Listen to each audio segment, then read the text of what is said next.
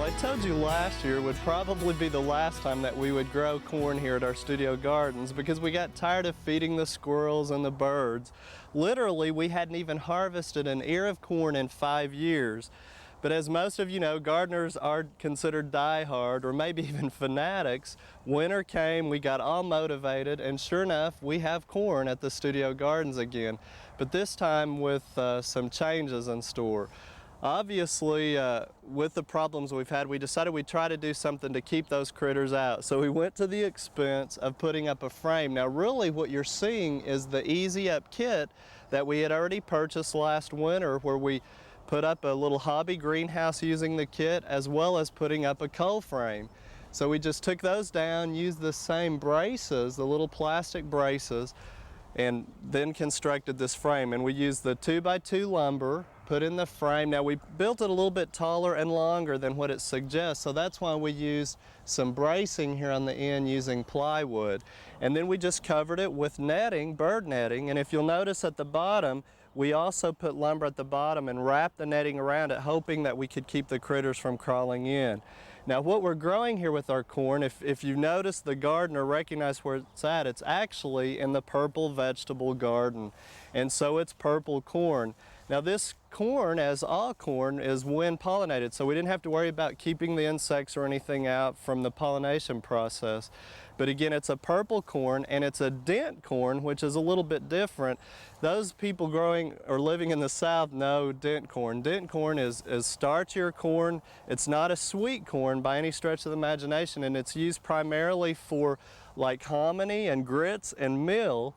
And again, if this is a blue one, it's very interesting. Now, the variety that we're growing here is called McCormick's Blue Giant. It's actually the first new variety of dent corn developed since the turn of the century. So it's very unusual to get a new variety like that, or so few of them. But as you can see, it grows very tall. It says anywhere from 10 to 12 feet, so that means in Oklahoma conditions you got to be a little bit careful. It actually tolerates heavy soils quite well. In a sandy soil it would probably blow over on you. And we've had some wind. Even the last few weeks we've had a few of the corn stalks snap on us.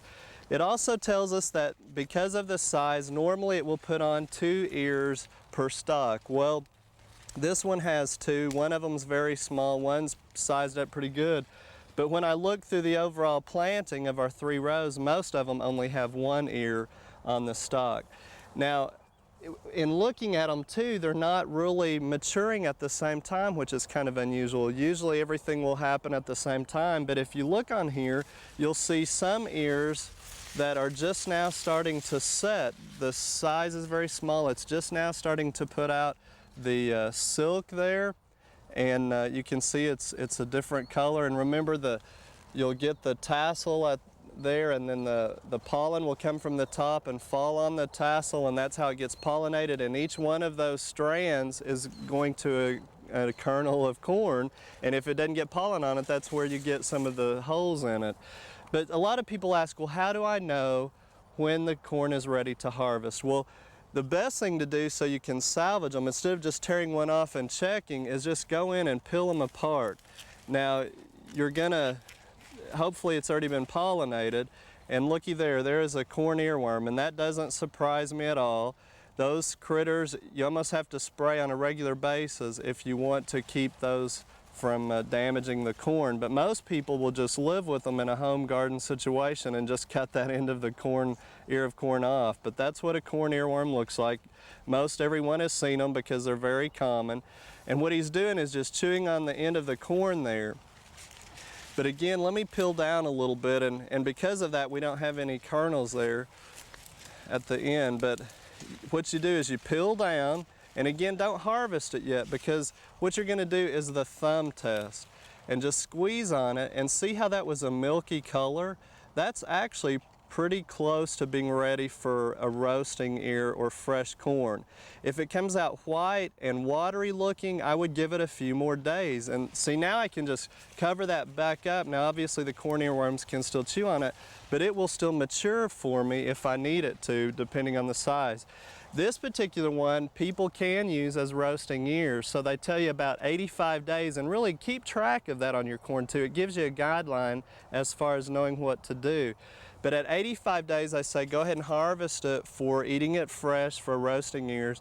But if you want to use it for hominy, grits, things like that, go ahead and leave it on about 100 days because you want it to harden up more for that particular use. Now the other thing again is to look at the silks there, because what you can tell is they look real shiny like the one I showed you a while ago, and then they start to dry out from the tip after they've been pollinated. And once they dry within a ½ inch or an inch of the ear of corn, that's a pretty good time to look and start filling and checking it out. And of course the size is always very hard to judge it by, because sometimes they may have had drought conditions or problems of poor pollination and they don't size up on you enough. So you got to go by the tassel or the silk and look at the number of days from planting, and then do that thumb test. That's a sure way to know when it's ready, and that again you can save it. Now obviously we still have a few days to go if we want to use it for hominy and grits. You'd be surprised at how many different stories are going on out there about how to freeze corn. So we asked Barb to join us today, and she's going to give you some pointers that you definitely want to pay attention on how to freeze corn and store it for the winter months ahead.